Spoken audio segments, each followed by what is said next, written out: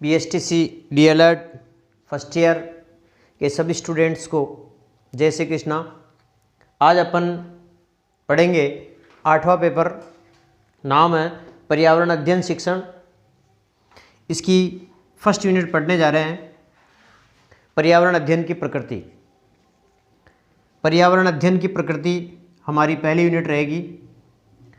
इस वीडियो को लास्ट तक देखिए, शेयर कीजिए, सब्सक्राइब कीजिए, लाइक कीजिए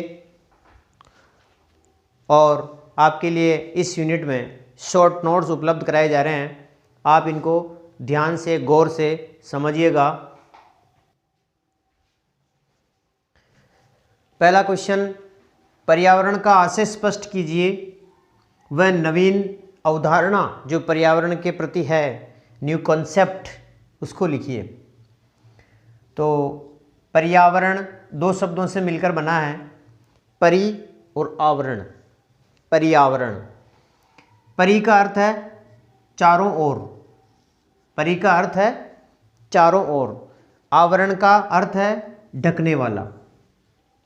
अर्थात व्यक्ति के चारों ओर जो कुछ भी है वह उसका पर्यावरण है। व्यक्ति के चारों ओर जो कुछ भी है वह उसका पर्यावरण है। तो एनवायरनमेंट की परिभाषा आ जावे तो हमें इस तरह से लिखना।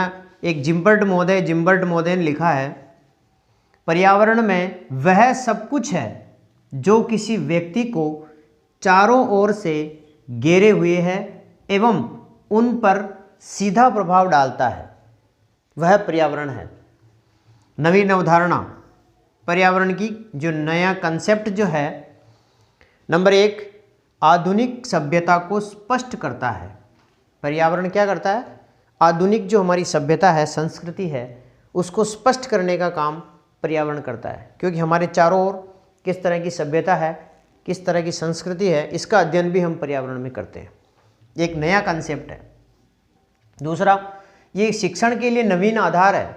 ये हमारे पर्यावरण को का शिक्षण प्रदान करने के लिए एक नया और नवीन, है ना, आधार है, न्यू बेस है। तीसरा, शिक्षा का आधुनिक दृष्टिकोण। पर्यावरण में शिक्षा का आधुनिक दृष्टिकोण हमें देखने को मिलता है। चौथा, सामाजिक तथा भौतिक पर्यावरण का अध्ययन। पर्यावरण में समाज का और भौतिक पर्यावरण का अध्ययन किया जाता है। पांचवा, सामाजिक प्राणी के रूप में मानव का अध्ययन किया जाता है कि मानव एक सामाजिक प्राणी है। ये हमें पर्यावरण अध्ययन में देखने को मिलता है। इसमें और आगे आप जोड़ सकते हैं। छठा, मानवीय संबंधों का अध्ययन पर्यावरण के अंतर्गत किया जाता है। तो ये 6 नए कंसेप्ट हैं, इसको हमें गौर करके याद कर लेना है।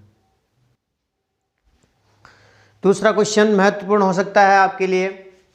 पर्यावरण अध्ययन का क्षेत्र बताइए, या अध्ययन के क्षेत्र, पर्यावरण अध्ययन के क्षेत्र का वर्णन कीजिए कि इसका एरिया कहाँ कहाँ तक है, पर्यावरण का अध्ययन कौन कौन से क्षेत्र में किया जाता है। तो अपन ने पहले परिभाषा में पढ़ा था कि पर्यावरण तो व्यक्ति के चारों तरफ जितना भी फैला हुआ है वो सब पर्यावरण है, उन सब का अध्ययन किया जाता है। पर्यावरण अध्ययन न केवल किसी विशेष पक्ष का अध्ययन करता है, बल्कि यह मनुष्य के संपूर्ण जीवन का अध्ययन है, जिसमें मनुष्य के द्वारा उसके भौतिक एवं सामाजिक पर्यावरण के साथ साथ पारस्परिक क्रियाओं का भी अध्ययन होता है। इसके अध्ययन का क्षेत्र अति विशाल और व्यापक है। कहने का अर्थ है कि पर्यावरण अध्ययन का क्षेत्र बहुत विशाल है, बहुत व्यापक है। मानव का, इंसान का भौतिक और सामाजिक पर्यावरण के बीच में क्या क्या पारस्परिक संबंध हैं, क्रियाएं हैं, उनका अध्ययन हम पर्यावरण अध्ययन में करते हैं। अब अपन चित्र के माध्यम से देख सकते हैं कि ये मानव है सेंटर में, मानव के जस्ट ऊपर मानव का अध्ययन, मानव व परिवार का अध्ययन, है ना, इसका अध्ययन का क्षेत्र है मानव व परिवार का अध्ययन। उसके बाद मानव व उसके स्थानीय समाज का अध्ययन, उसके बाद उसके राज्य का अध्ययन, उसके बाद उसके राष्ट्र का अध्ययन और उसके बाद पूरे विश्व का अध्ययन इस पर्यावरण अध्ययन में किया जाता है। तो ये चित्र ये प्रमाणित करता है कि पर्यावरण का अध्ययन का जो क्षेत्र है वो बहुत विशाल है, बहुत व्यापक है। तीसरा क्वेश्चन इंपॉर्टेंट लगा लीजिएगा, पर्यावरण अध्ययन पाठ्यक्रम की प्रमुख विशेषताएं कौन कौन सी हैं? जो सिलेबस है उसकी कौन कौन सी विशेषताएं होती है पर्यावरण अध्ययन की? नंबर 1, यह मानवीय संबंधों का अध्ययन करता है। पर्यावरण अध्ययन का जो पाठ्यक्रम है ये मानवीय संबंधों का अध्ययन करता है। दूसरा, पर्यावरण अध्ययन का पाठ्यक्रम तत्कालीन घटनाएं या समाज का अध्ययन करता है। तत्कालीन घटनाएं कौन कौन सी घटित हुई है, उसका समाज पर क्या असर पड़ रहा है, इसके बारे में अध्ययन करने का काम पर्यावरण अध्ययन का पाठ्यक्रम का होता है। तीसरा, प्राकृतिक विज्ञान व ललित कला का जो ज्ञान मिलता है वो इस पाठ्यक्रम में मिलता है। चौथा, अंतर्राष्ट्रीय भावना, विश्व की क्या भावना जुड़ी हुई है वो भी हमें पर्यावरण में देखने को मिलती है पर्यावरण अध्ययन में। पांचवा, अन्य विषयों का के साथ उसका व्यवहारिक संबंध क्या है, उसका व्यवहारिक अध्ययन किया जाता है, विज्ञान के साथ क्या संबंध है। इस तरह से अन्य विषयों का व्यवहारिक अध्ययन इस पर्यावरण अध्ययन पाठ्यक्रम के अंतर्गत ये इसकी विशेषताएं हैं 5। चौथा क्वेश्चन महत्वपूर्ण हो सकता है, पर्यावरण अध्ययन शिक्षण के प्रमुख उद्देश्य कौन कौन से हैं? मेन एम्स पर्यावरण अध्ययन के।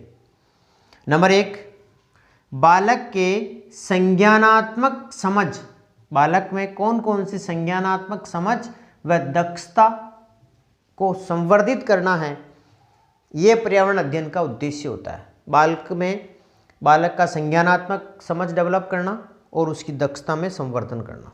दूसरा, पर्यावरण अध्ययन बालक के प्राकृतिक, सांस्कृतिक एवं सामाजिक, उस बालक के पर्यावरण के बीच में क्या संबंध है उसको जानना है। बालक का प्रकृति के साथ क्या संबंध है, मनुष्य का प्रकृति के साथ क्या संबंध है, संस्कृति के साथ क्या संबंध है, समाज के साथ क्या संबंध है, इसके बीच को जानना, इसके बीच के संबंध को जानना, कोरिलेशन को जानना ही पर्यावरण अध्ययन का उद्देश्य है।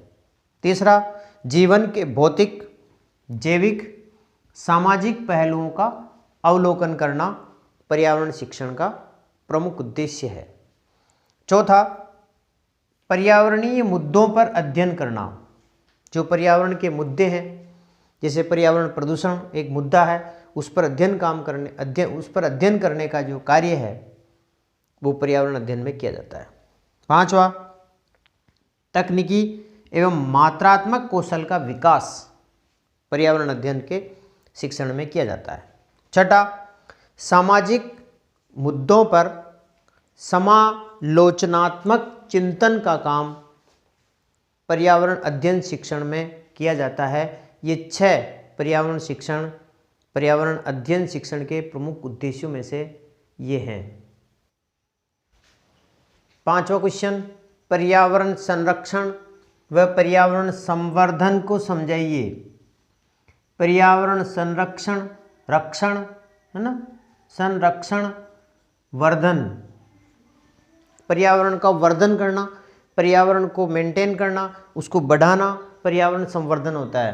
पर्यावरण की रक्षा करना पर्यावरण संरक्षण होता है। पर्यावरण संरक्षण, विगत वर्षों में देखें तो विश्व पर्यावरण के जो खतरे उत्पन्न हुए हैं उनका सभी को मुकाबला करके पर्यावरण की रक्षा करना पर्यावरण संरक्षण कहलाता है। ओजोन परत का क्षरण होने से पृथ्वी के तापमान पर असर पड़ा है। ध्रुवों पर बर्फ पिघलने लगी है, तेजाबी वर्षा हो रही है, प्रदूषण बढ़ रहा है, जल प्रदूषण, सारे प्रदूषण बढ़ रहे हैं। इन सब के प्रति जागरूकता फैलाकर पर्यावरण का संरक्षण किया जाना चाहिए और यही पर्यावरण संरक्षण है।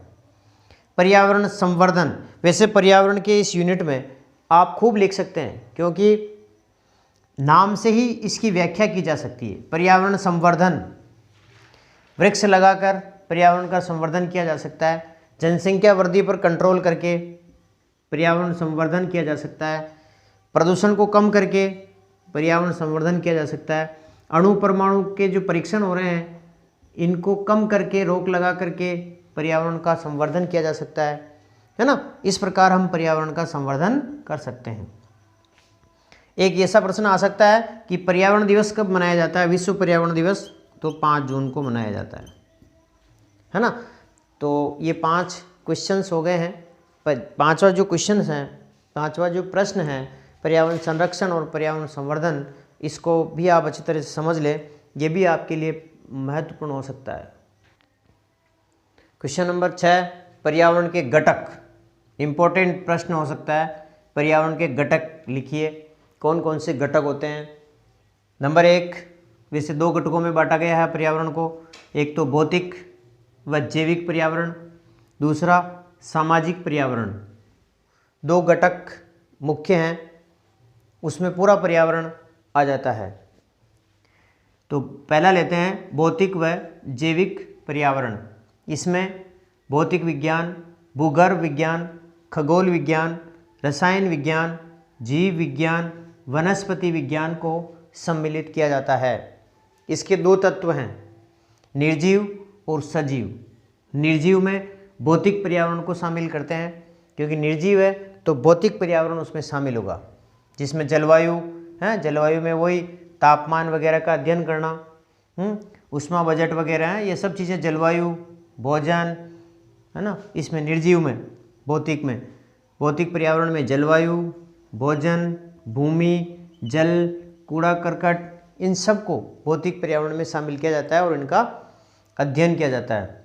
इसमें दूसरा घटक सजीव, सजीव को जैविक पर्यावरण के रूप में अपन देखते हैं। सजीव का मतलब जीवित, जैविक, जिसमें मानव का अध्ययन किया जाएगा, पेड़ पौधों का अध्ययन किया जाएगा, जीव जंतुओं का अध्ययन किया जाएगा, जीवाणुओं का अध्ययन किया जाएगा।